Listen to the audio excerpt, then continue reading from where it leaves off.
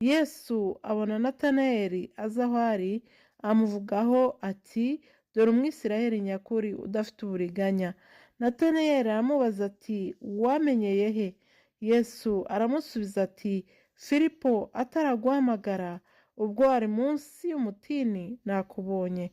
Natanayeli aramusubiza ati, Rabi, uri umwana w'Imana koko, ni wowe mwami w'Abisiraheli. Yesu aramusubiza ati, mbese wijejwe nuko nkubwiye yuko nakubonye uri munsi y'umutini? Uzabona ibiruta ibyo.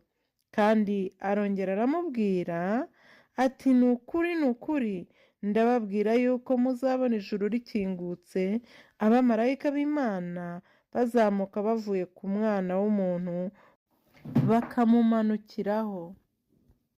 Natanayeli mu mwanya muto ahuye na Yesu yahise